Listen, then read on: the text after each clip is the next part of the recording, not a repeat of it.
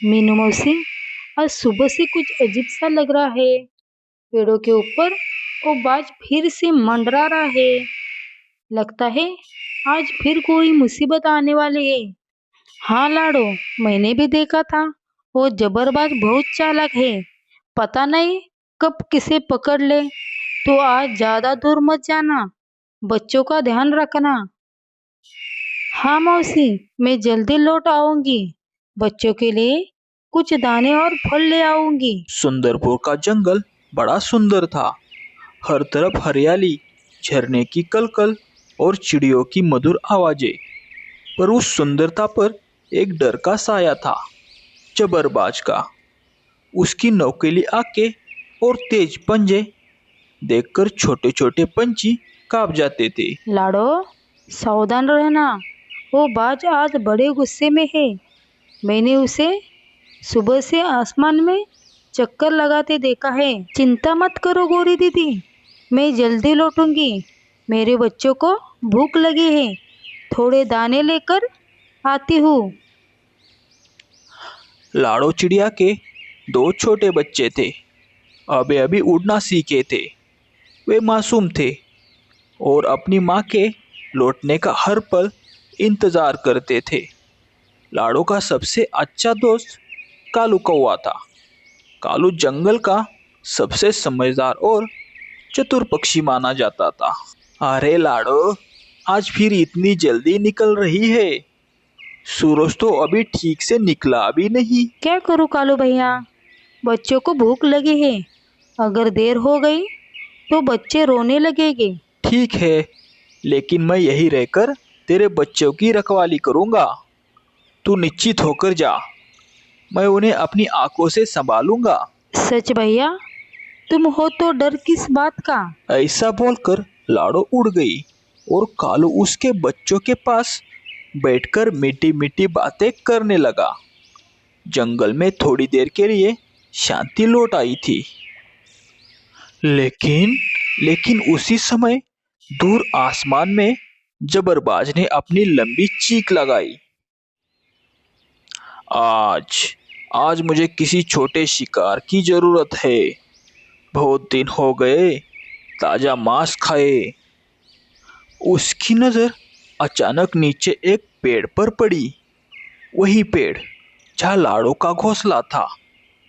दो बच्चे, अकेले बाज की आंखों में लाल चमक फैल गई।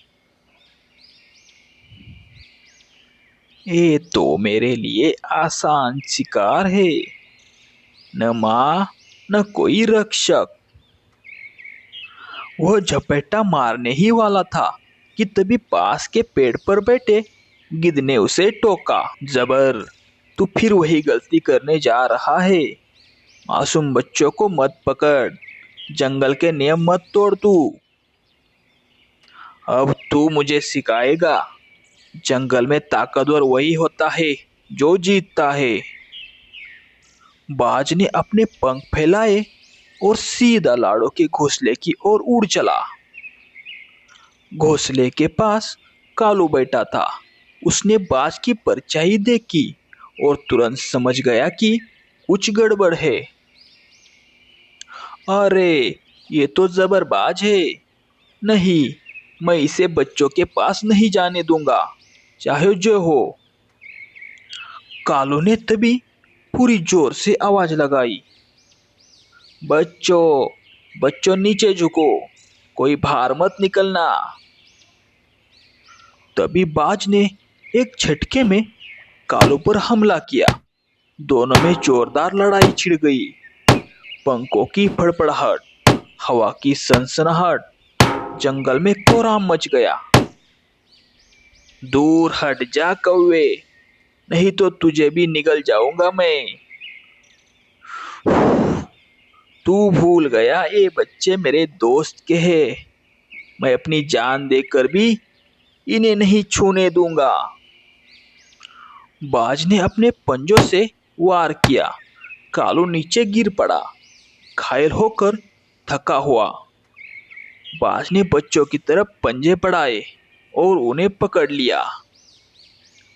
उसी समय दूर से लाड़ो लौट रही थी उसने देखा उसका घोंसला खाली है और बाज बच्चों को लेकर उड़ रहा है। उसका दिल जैसे रुक ही गया। मेरे बच्चे, मेरे बच्चे को छोड़ दे बाज। वह तेजी से उड़कर कालू के पास पहुंची, जो जमीन पर पड़ा था। कालू भैया, क्या हुआ? मेरे बच्चे कहाँ है?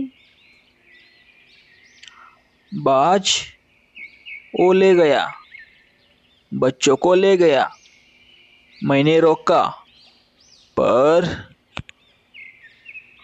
नहीं, अब वो नहीं बच पाएगा। मैं उसे दिखाऊंगी असली हिम्मत क्या होती है। लाड़ो के आंसू अब हिम्मत में बदल गए। वो तेजी से उड़कर मीनू चिड़िया की ओर गोरी कौवे के पास पहुंची। मीनू मौसी, गोरी दीदी, बाज मेरे बच्चों को ले गया है। मुझे तुम्हारी मदद चाहिए। अरे लाड़ो, वो बाज बहुत खतरनाक है।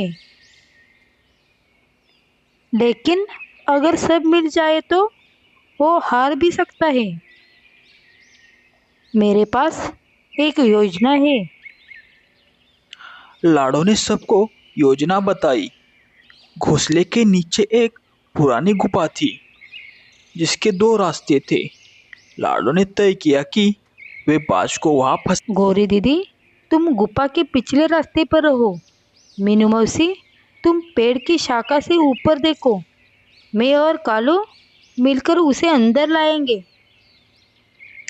गिद्ध, कबूतर और तोता भी उनकी मदद के लिए आ गए। आज आज जंगल तय करेगा कि बुराई कितनी देर तक टिक सकती है। मैं ऊपर से निगरानी रखूंगा और मैं आवाज से उसे भटकाऊंगा। थोड़ी ही देर बाद बाज बच्चों को लेकर गुफा के पास उतरा। उसने जोर से हंसते हुए कहा, हा हा हा, आज तो मेरा भोजन तैयार है। रुक जा बाज, बच्चों को छोड़ दे। अगर तू सच्चा बहादुर है तो मुझसे सामना करो। ठीक है। ओह, तू लौट आई। अच्छा है, अब माँ बेटे दोनों एक साथ खत्म हो गए। अगर तू मुझसे टकराने की हिम्मत रखता है तो इस गुफा में आकर दिखा। तभी बाज गुस्से में गुफा के अंदर चला गया। जैसे ही उसने अंदर कदम रखा, कालो ने बाहर से एक रस्सी खींची।